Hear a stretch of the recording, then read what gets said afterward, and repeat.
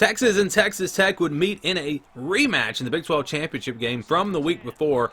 And you see here early on, C.J. Baxter running it in for the Longhorns. They're up 7-3. Back to the ground here. They will score again, this time Jonathan Brooks. And Texas up 14-3. Texas Tech, though, coming back. A touchdown run there puts them back in the game. A field goal from Texas, though. Now it's 20-10, and Texas Tech still down. But Baylor Cup, the tight end, will score on that run. It's 20-17, and Texas on third down. They're going to get stopped, and Texas Tech will have a chance here on the move. Tyler Shuck throws it down the left side. It's caught. Touchdown, Xavier White, and Texas Tech would take the lead. Now Texas looking to get the lead back on fourth down. Ewers throws. It's incomplete. And Texas Tech will beat Texas for the second straight week, 24-20, and 2 times Texas blows a lead. So that's the Big 12 championship game. And again, this is our simulations from this offseason.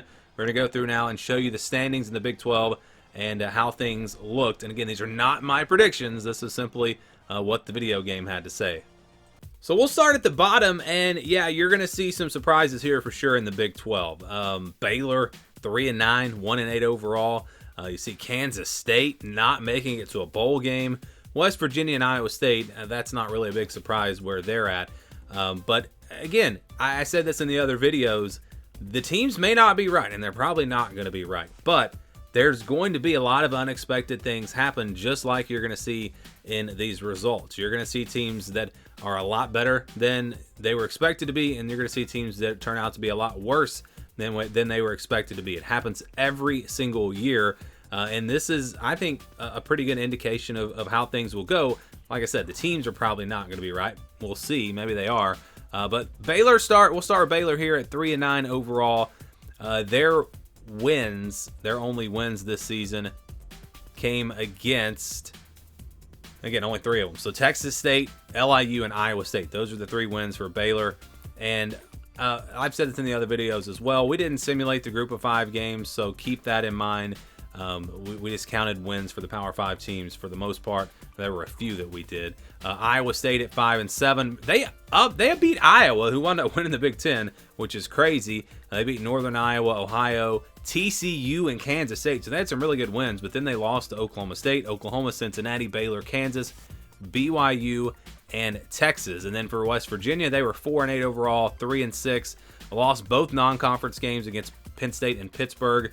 Beat Duquesne, Oklahoma, Cincinnati, and Baylor. Actually won their last 3 games, but they lost, again, those 2 non-conference games, Texas Tech, TCU, Houston, Oklahoma State, UCF, and BYU. And for Kansas State, 5-7, a very disappointing season, coming off of a Big 12 championship. They beat Southeast Missouri, Oklahoma State, Baylor, Kansas, and Troy.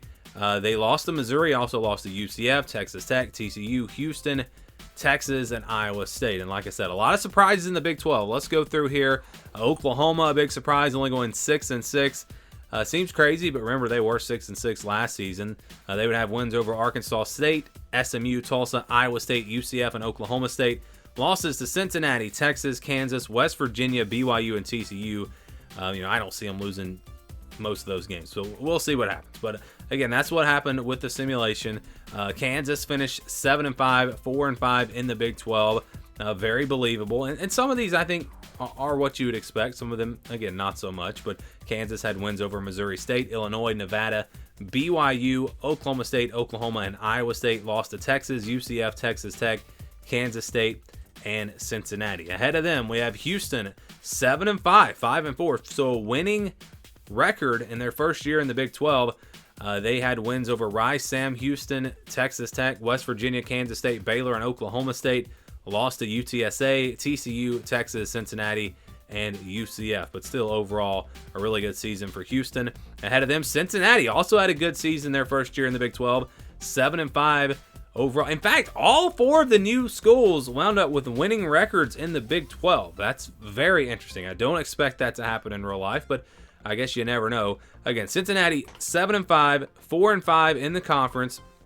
Going through their games, they beat Eastern Kentucky, Miami of Ohio, Oklahoma, Iowa State, Baylor, Houston, and Kansas. Lost to Pittsburgh, BYU, Oklahoma State, UCF, and West Virginia. And then ahead of them, And I did go through all the tiebreakers here. We had a bunch of ties, obviously. Oklahoma State was also 8-4, 5-4 in the conference. There was one more 5-4 team. We'll get to them in just a second. But for Oklahoma State, wins over Central Arkansas, Arizona State, South Alabama, Iowa State, West Virginia, Cincinnati, UCF, and BYU. And then they had losses to Kansas State, Kansas, Oklahoma, and Houston. So 5-4 record for them, and they won their non-conference games. They beat Arizona State, so that gave them an 8-4 overall record. Also 8-4 was TCU, 5-4 in the conference. They won the tiebreakers of all those 5-4 teams. They had wins over Colorado, Nichols, Houston, SMU, West Virginia, Kansas State, Baylor, and Oklahoma. Losses came to Iowa State, BYU, Texas Tech, and Texas. So a pretty good year for TCU coming off of their playoff run last year. Ahead of them, we have UCF going 9-3, 6-3 in the conference. They had a really good season their first year in the Big 12. Their losses came to Oklahoma, Oklahoma State, and Texas Tech, and they beat everyone else. So a really good year for UCF. Now ahead of them, BYU, another newcomer, finishing really strong. We'll see if this is an indication of how these teams perform in real life. I don't necessarily think that it is. I do think UCF has a chance to be in the top half of this conference, but I don't really see BYU, Houston, or Cincinnati being in that top half. We'll see how it plays out again. But BYU, they lost to Kansas, Texas, and Oklahoma State, beat everyone else, including Arkansas. They beat Arkansas, so a really good year for BYU. Definitely a surprise to see them at 9-3.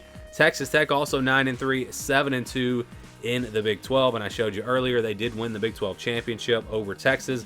They beat them twice, 2 times in a row. Their losses came to Oregon, Houston, and BYU. And then standings-wise, again, they didn't win the conference championship game, but in the standings, Texas does finish number 1 in the regular season, 10-2, 8-1 overall. Their only loss coming to Texas Tech in the Big 12.